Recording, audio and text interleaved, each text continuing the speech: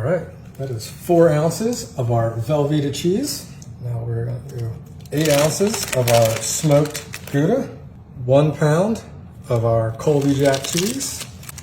All right, now we're gonna take 8 ounces of our mild cheddar. All right, y'all, and that's our cheddar cheese. So the recipe calls for 32 ounces of cheese, which is a whole block of Velveeta.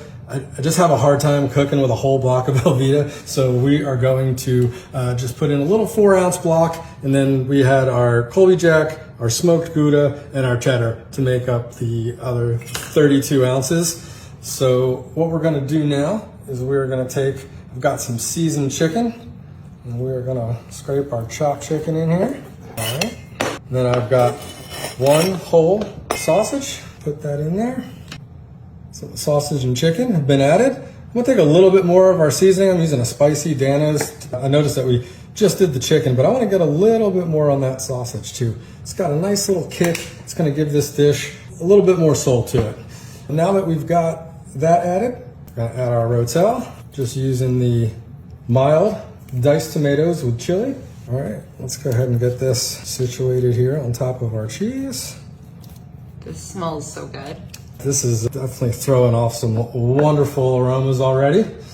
And now we've got to go ahead and start making this nice and creamy. So to do that, we're gonna add a little bit of cream chicken. Oh, there we go. We got that chicken. Let's make sure we get all that goodness out of there. All right.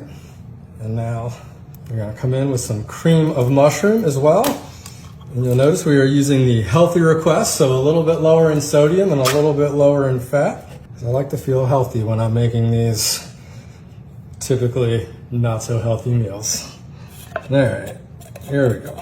Got all that in there. It's looking great.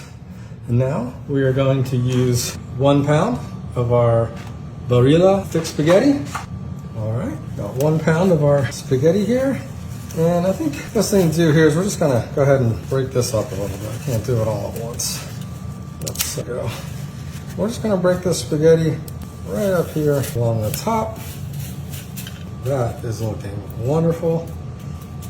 And one of our last steps here, this is all coming together so quickly, is we're gonna use our chicken stock. Now, I wanna use about, I don't know, 2 or 3 cups, but the important thing here is that you really just fill it up over your noodles. There we go, here it comes. All right, happy with that. Just like we can keep everything submerged. So this is a 32-ounce box. It's probably a few ounces, so we used about 33.5 cups of our chicken stock.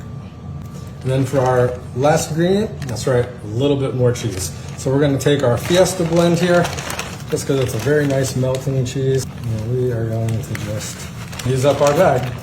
All right, perfect. Spread this out. And again, just make sure you use enough chicken broth to get up over your pasta. That's what's gonna cook our pasta. And we are going to put a lid on this, and we are gonna get this started cooking. It's only gonna be for about 1.5 to 2 hours on high. And don't be afraid to give it a little mix halfway through. All right, y'all. It has been about two hours on high, and our cheesy chicken spaghetti is ready. Look at that, it's beautiful. However, I will say this, I do not recommend cooking the noodles in your crock pot the whole time. I just didn't like the way they came out. Definitely, I would just add your spaghetti noodles with about 30 minutes left, or go ahead and just pre-cook them and then add them in when you're ready to eat. I had seen somebody cook noodles in the crock pot before, and I wanted to give it a try, but I don't think I'd do it again. So here we go. That being said, I think that this turned out really good. Let's get that. Oh, we got some sausage, some of the rotel. Oh, go ahead. Let's get some more spaghetti. Gotta find some chicken down here. Where we go? All right, let's. All right, there we got some chicken there. Oh, it's really good. It does look tasty. Take a little bite here. This is hot. This is really good. So cheesy. Kind of tastes like a 5-cheese mac and cheese. Yet it's still got that spiciness with the sausage and the chicken. Oh, this one's a winner. Yeah. Gotta try this.